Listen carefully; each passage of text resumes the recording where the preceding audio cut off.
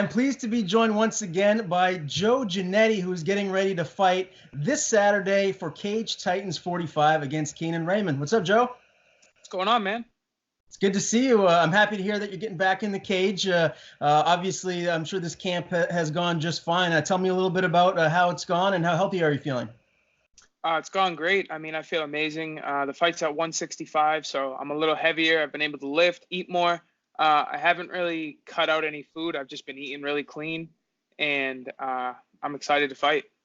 How much weight do you have left to cut? 6 pounds. Okay, that's nothing. It's a blast. Nice, good for you, man. Now, obviously, South Shore Sport Fighting, longtime camp. You got a bunch of killers there. Who have you been going with, Manny? I know he just had a fight. Just tell me a little bit about, I guess, who your main training partners have been. Oh yeah, I've been going with Manny in the morning. So I work overnight. So I pretty much work an overnight shift, and then I sleep for like 3 hours, and I wake up and head to South Shore. I do a lot of my MMA sparring with Manny, a lot with Ryan White. Chris O'Brien. Those are my three main ones. And then, every once in a while, a couple other people come in and help me out. But Manny's been one of my main training partners. Yeah, I want to touch upon him right off the bat here. I was surprised to see him lose. I know he was going up against a very tough opponent. Did he have a good camp? Did you envision him having his first loss at all? I mean, he had a great camp. I thought that his weight cut went great. I thought that he had plenty of energy. As we all know, Manny's a huge 35er. He might be one of the biggest on the world. And he didn't have that energy drain. Like even the week before he left, he was coming in, he was cracking pads, he was doing light sparring, he was doing cardio still. The camp went great. I mean, Casey Kenney's no slouch. I mean, his debut in the UFC was on a week's notice, and he fights Ray Borg. I mean, the kid comes to game. He's a grinder, and he got the job done. I'm sure Manny's going to get right back on the horse, and he'll be just fine moving forward. Another one of your main training partners I just spoke with, Chris O'Brien. He's got a big fight coming up right around the corner. How's he looking? He's looking great, man. I've been working with him a lot, too, for that fight. I'm excited. I mean, Chris is just another one. He's here to fight. He really doesn't care against who. He's been offered lesser opponents, and he's flat out said no. He's like, I want to fight the best. And I think that's always been his thing since when he started. And he's just going to keep doing what he's doing.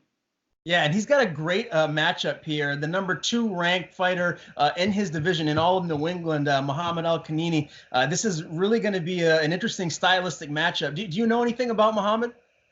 Yeah, Chris came over. Actually, me and Chris live down the hall from each other in the same apartment building. So he came over the other day, and we actually watched some tape. So I think he's really good. I haven't heard of him before, which is surprising for how good he is. But there's some things that I think that we'll be able to capitalize on. Yeah, I'm looking forward to that one. I got to ask, I know you're probably bummed. DC lost his heavyweight belt to Stipe. What a rematch that was. For my money, DC was winning that fight, rather handily right up until Stipe started cracking him with those body shots. Is this just one of those cases when you're that good and you're fighting at heavyweight, anything can happen? 100%. I also think that Stipe just made the right adjustments. I think DC caught his flow super early. I mean, he hit the takedowns. He got the ground and pound. He grinded him out for the whole first round. And then the second and third, he just took off on the stand-up. Hundreds of jabs, couple of right hands, just hit him whenever he wanted. I mean, I've never seen DC walk somebody down with his hands down. He did it for 10 minutes straight. But, yeah, I think at heavyweight, one punch can change the whole fight. And those 7 body shots definitely were the beginning of the end. So props to Stipe, but I think DC fought a hell of a fight. Yeah, no doubt about it. Now, what do you expect DC to do moving forward? Do you think he's going to get back in there, maybe fight, get the trilogy with Stipe, or maybe John Jones? I don't know, man. I mean, I know that he's hinted at retirement. It's really, I mean, I talked to him the other day. He was in good spirits, but it's all about him and his family and what they want to do. If his kids want, honestly, it might just be up to his kids. If his kids want to see him fight again, he'll be like, all right, whether I want to or not, I'll do it. He's a family man. So I'm interested to see what he's going to do, but he's very open about the fight and what happened. He almost like an out of body experience. If you've seen the post-fight press conference, he can tell you, I did this, this, and this, and that's why I lost. Do you think he's better at heavyweight or light heavyweight, or do you just think it depends on the matchup?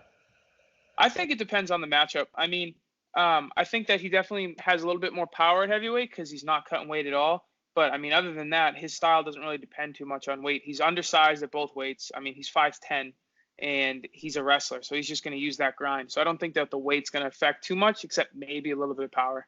Mhm. I'm a big Cormier fan, so regardless of what he decides, I just wish him well. I'm sure whether he fights again or he doesn't, he'll be just fine. He's phenomenal in the booth. He's an unbelievable commentator and analyst, so he's got a bright future regardless of what he decides to do. Now, anybody that knows you, Joe, knows that you made it to the finale of The Ultimate Fighter. You're right on the doorstep of getting a UFC contract, and quite frankly, I really haven't seen many fighters make it to the finale of The Ultimate Fighter and not fight in the UFC again. You might be the only one that I could think of off the top of my head. So having said that, it's comeback season. You're making it clear you're on the road getting back into the UFC. Before we dive into this fight with Keenan, I do want to talk about a couple of your most recent fights. One of which, I'm up in New England in the Maine area, which is where Josh Harvey's from. He came down to your territory and fought you. It was a very close fight. Looking back on that now, I mean, do you think you won the fight, and would you fight him again? And do you think the outcome would be any different? I think that obviously I didn't win the fight because we went to a draw. But if we were, just trying to put it in the simplest way, if we were just two guys in the middle of nowhere and there was one piece of food and we fought to the death, I'd be eating and Josh Harvey would be laying somewhere. If you look at the fight, he controlled me. Great, whatever you want to do. Look at the third round where I land 60+ strikes to the head. At one point, he literally turtles up and I hit 6 clean off his chin and he stops moving. And I start screaming at him, "You're done. You don't want this." You can ask him. I know that he's been online saying, "Oh, we can fight again up in Maine and I should have won that fight." And a bunch of people say he should have won that fight. But you really can't complain when you landed 4 strikes in 15 minutes and I landed 60 within a 30-second time window. It's just one of those things where these guys aren't coming to fight me anymore. They're just coming to get a win, which is smart to an extent, but I got nothing to fear anymore, and these guys are going to start suffering for it. How big do you get outside of camp? Do you get close to 200 pounds, or is there like a limit where you just hit and you just don't get any bigger than that? So it all depends on what my plan is. So like recent times, I've been planning on fighting as much as I can. So I've only been getting up to like 178. But normally when I have a couple months in between, like 2 or 3 months, I get up to like 180, 185. And that's when I like to just really power lift heavy and just get as strong as I can and then slowly decline my weight back down. Mm-hmm. So I just interviewed Josh and his head coach, Primo Bellarosa, right up here at the Sea Dog, which is my main sponsor. So shout out to them and Bert. I appreciate everything you do. He told me, Joe, that the only way he would want to fight you again is if you came up to Maine and fought him, in NEF, and it was at 145 pounds. However, his fight here in a couple short weeks is a catchweight bout. That's at 160 pounds. So, I mean, he's a big guy, much like you are. I mean, you guys have to cut a lot of weight to even make 55. And he hasn't made 55 a couple times. He's had some hard weight cuts. So, is that a fight that we could see in the future? I mean, I know the fans would love to see a rematch. If Josh Harvey wants to rematch me, he can come back to Cage Titans at 155 pounds. There's no reason for me to cut to 45 because first off, I think I can make it, but I can't guarantee it. And I'm not going to blow an opportunity at a fight. I would have to do a practice cut and talk with my team and get a plan over it. So I don't want to get everybody's hopes up. Like, you'll see me at featherweight and then I miss by 5 pounds. And like you said, man, I don't know why a guy's calling me out for 145 when we fought, he weighed 160 for a lightweight fight. A lot of people don't know that, but guess what? I didn't care. It just came to fight. Like I said, it was a tough fight. He's a big dude. He cuts a lot of weight. He's a nice guy. I just think a lot of these guys have the wrong idea of what the real scene is. I mean, he missed weight by 5 pounds. Yeah, maybe he didn't agree with the decision, but like I said, if anybody should argue that decision, it should be me. I don't understand why the ref didn't stop the fight. If they had called that a TKO, nobody would have been complaining about the decision. So it's one of those things where it's like MMA has such a thin line between opinions. These guys forget that. Now, obviously, Joe, everyone knows, like I said earlier, you made it to the finale of The Ultimate Fighter. So you're going to be the one guy here regionally where people are going to be calling you out. That's going to be tough to get away from, my friend. Let's talk a little bit about also Dewan Owens. I know that was disappointing for you. Is there a lesson learned from that fight? Yeah, man. It's like I said, these guys aren't coming to fight anymore. These guys are coming to take me down and just hold me down. And like I said, it's smart. I don't blame them. They don't want to strike with me. They don't want to just get into a grappling exchange with me because they know it's going to end up with them finished and me getting my hand raised. So that's just something where I had to come and focus on that. I had to make it a fight, make it a dog fight, make it a scramble, whatever I have to do. I'm looking to fight Dewan Owens again. I'd love to get that back. I mean, he's, like I said, he's smart. He played me. He came out like he was going to fight, and he really didn't. Harvey, same thing. I mean, that fight ended. He stood up and apologized to me. I was like, dude, you tried to win. I don't blame you. You tell me I'm fighting Conor McGregor. My only way is to hold him down. Guess what I'm going to do? You're going to hold him down. Yeah, I'm going to hold him for the whole time. Now, you did have a very impressive win over a game opponent in Connor Barry, so tip of the hat to you there. Very, very important win for yourself. Another gentleman that's doing pretty well here regionally who called you out is Jesse Kosakowski. I did see that you made a comment on social media after that. What do you think of him, and is that a fight that we can see down the line as well? I mean, I'm down for it. I think that everybody wants to get relevant off my name. And I mean, a lot of the media, some guys just like you just want to just get my name out there. You want to talk, stuff like that. Other guys want to just report the news. Some media members are clout chasing. Some fighters are clout chasing. They don't know how to build their own brand. So they're like, I'm going to try and steal his shine. I've done my time. I've stolen shine from other fighters. I get it. You got to call somebody out and you got to beat them. Sometimes you ask for something that you don't really want. And that's what Jesse's doing. I mean, he's not terrible, but he's not as great as he thinks. And I get it. I've been undefeated. I was 6-0. I think he's 4-0 right now. Yep. So you feel on top of the world. You feel like the best guys in the UFC couldn't beat you, but it's not true. And when you find out, it really sweeps the rug from under you. So, yeah, I mean, I'm down to fight him in November. He's got to make 55. I'm not going up. I'm not taking a catch weight. He misses weight, the fight's off. So when he shows up and misses weight and the crowd tries being like, you're not here to fight, I'm saying it right now. If he doesn't make 55, the fight will never happen. So he needs to fight the scale first, and then we'll talk. All right. I like that answer. Now, one topic that I do need to address, it's a little bit of a touchy one. Obviously, everyone knows plenty about it. The ammo fight league situation with your last fight against Keenan, which was supposed to come to fruition. It did not. There's, I guess, two sides to the story. I support you as a fighter. I want you to make it back to the UFC. I'm cordial with Bill Vigil. He's been nothing but a gentleman to me. Just explain your side of the situation and where things stand right now. I mean, as far as I'm concerned, I have no business needed with ammo. I don't associate with any of them. Anybody that works for ammo, we will not associate. And it's just one of those things where you're trying to take food off my table and money out of my pocket and Keenan's by keep trying to screw this fight over. Whatever Keenan's done in the past, he served his time. He was suspended. He was issued a fine, and he served his suspension. He paid that fine. I was actually at the commission meeting yesterday to, make sure I'm fighting this weekend. Keenan was there, Michael Palvier was there, and they talked to the commission, and the commission said the same thing. They said, they got another email from Ammo yesterday. I was there. Nobody can deny it. I was there when the commissioner pulled out the email from them trying to complain from something Keenan's done in the past. And the commissioner even said, why am I going to try and punish him again for something he served time for? It's like, you don't send somebody to jail for robbery, and then when they get out, you send them back.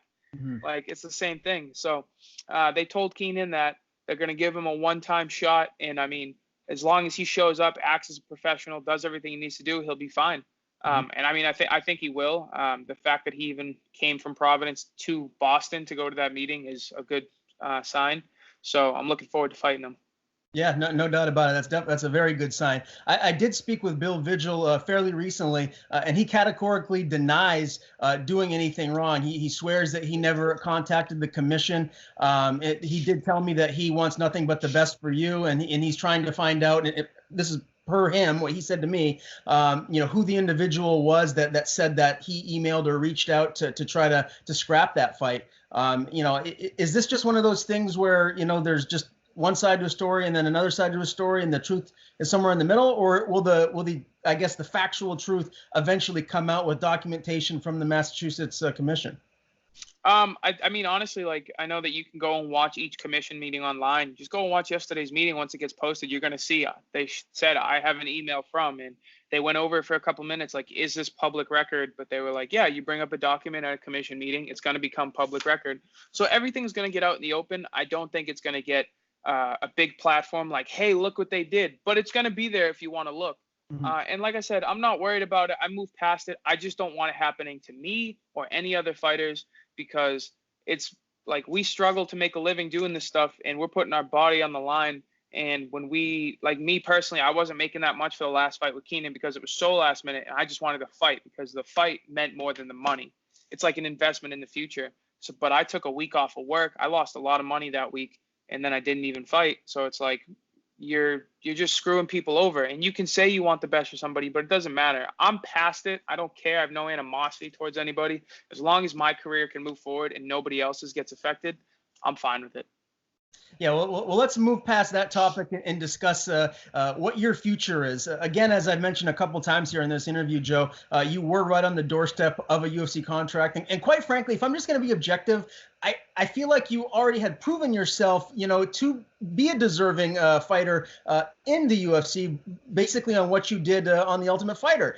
Having said that, you've had a couple of setbacks since then. So where do you feel like you stand right now? What do you need to do to, I guess, prove to Dana White and the UFC brass that you deserve to be in the UFC? I honestly don't think I need to prove anything to anybody. I think that they know. And I think it's just a matter of, realistically, just making a case for the casuals. If they signed me before the Dwan Owens fight, it'd be like, this kid's coming off a loss, a draw, and a win, and you're signing him to the UFC. And then now coming off a loss, you're not going to sign somebody off a loss. Say I win these next couple of fights, it's like, okay, he's an Ultimate Fighter finalist. UFC Boston's coming around. He's coming off a couple finish wins. Now we've got a case. So I just think it's one of those things where I just need a case. That's all. They already know that I'll beat anybody. If they knew that I was a bum, if they thought I was a bum, they would have brought me in to lose. But they're not going to do that because they know that they might bring me in to beat a star. So when you look around the landscape of the fighters here in New England, is there's someone that really stands out that would be that marquee win for you to get you back into the UFC? Or do you think you're going to have to go down south or out west and fight someone, really tough in another really solid regional promotion? I don't think there's anybody marquee around here in New England. I don't think anybody is a superstar to say or just stands above the rest. I don't even think I stand greatly above the rest. I'm super active and I tell people what I want. And I literally am going out and fighting for it. That's the only difference between me and these other guys. But like going back to Manny is somebody that for the longest time you're like, oh, he's just a different level above these guys. At my weight, I don't see anybody like that. I'm sure there's plenty of guys that think they are. I don't look at myself as one of those guys. I'm just an average Joe that fights anybody. I don't care. And I'm just going to keep winning, string a couple together and get back in. Do you think that there's a chance that if you get this next win against Keenan and then you maybe get another short notice fight, you get another win, that you could get that call up and fight on the UFC Boston card in October? 100%. I've already made it clear to them that with enough time, I'll try and make 45. I can guarantee 55 and I'll fight anybody at 170. So I've got a big window of opportunity. It's just a matter of taking care of business within the next couple of weeks. Well, I know you're going to be prepared for this Keenan fight, and you're going to go in there and put on a dominant performance. Before we dive into that, just real quick on that UFC Boston card, Calvin Kattar is going to be fighting Zabit. What do you think of that fight? I honestly think that he has a better chance than a lot of people are giving him. Zabit's obviously a good wrestler. He can strike. He throws the flashy stuff. But he's a slow starter, and he lets you hit him in the face. And we've seen what happens when Calvin lands on your chin. Yeah, people go to sleep very fast. So you wake up wondering what happened. You don't want to let that guy hit you in the mouth. But if Zabit's down for it, props to him. Well, I can't wait, man. If I'm not there in attendance, I'm definitely going to have to be making sure I'm smack in the middle in front of my big TV watching that fight. Okay, let's dive into this fight with Keenan. It's right around the corner this Saturday, Cage Titans 45. What does he do well, and where do you think he's going to try to keep this fight? A lot of people don't know it. I still don't know how, but Keenan's actually a fantastic judo player. If you watch the first fight with me, there was a couple really good takedowns I went for that he stuffed 100%. He fought my teammate, Zach DiSabatino, hit him with a nice outside foot sweep. And even Zach said it wasn't from brute strength. He was like, he just kind of grabbed me, and the next thing I know, I'm on my back because his technique is so good. I think Keenan's going to try and do what everybody else does. He's going to try and get me down, control me, pressure. Either try and grind out a sub, which is almost impossible unless you're a different level, or just try and grind out a decision. I know he's been doing a lot of boxing, so if he wants to keep it on the feet and box, I'll box him up a little bit. But I just think that I think it'll be similar to the first fight, except there's a couple of things that I won't be doing that I did the first time we fought. So how do you see yourself getting your hand raised? You going to submit? You're going to knock him out? Is this going to be a decision? What do you think? It's definitely not going to a decision. It's either going to be early in the second or late in the first. It's just one of those things where I think that I broke my own rules where a lot of these guys that always want to finish people that don't, it's because they're going out and they're gunning for the finish. And I used to always get finishers and tell guys, like, it just happens. You can't force them. And I think that in my past couple fights, I've been like, finish, finish, finish, finish. And it's created the opposite effect. And I'm kind of just mentally and physically back in my flow. And I'm back to where I was as a fighter. And I know my own style. I know the style that works for some people, but then there's my style. So as long as I'm fighting my fight, it's going to be a good night and I'll get the finish. Did you go out to AKA at all for this camp? This camp, unfortunately, no, I didn't. I'm planning on staying at South Shore for this fight and the next one. And then if I get a call for Boston, I'll make it a week or two out there at AKA. If not, and I fight at Cage Titans in November, I'll be out at AKA for a little bit. Just financially, I mean, I've been out there a lot this year. I've gotten a lot of work, and they told me I'm welcome whenever. So really no rush. And when I start fighting, maybe a Kosakowski or a bigger name guy around here, better guy, I'll get that work out there. Well, I wish you the best of luck this Saturday, my friend. Again, comeback season, on your way back to the UFC. I wish you nothing but the best. Before I let you go, anyone you want to thank or any social media you want to plug, the floor is yours. AKA, like you said, always have me over there. They really didn't need to invite me out there, but arms wide open. I appreciate everything. Everybody at South Shore Sport Fighting. All my sponsors that have ever had my back, Bostonian Barbershop, Receptra CBD, Tree Crew, you guys always have my back, and it really means a lot. And everybody that buys a ticket, I think people forget how important tickets are to fighters. When you buy a bunch of tickets from me and I turn around to a promoter and say, look, this is what I sold you, you give me value. And that promoter wants to find me fights more and more and more, and I get to stay active, which brings me closer to my end goal. So I appreciate everybody that gets tickets from me or a shirt or anything that supports me. Thank you.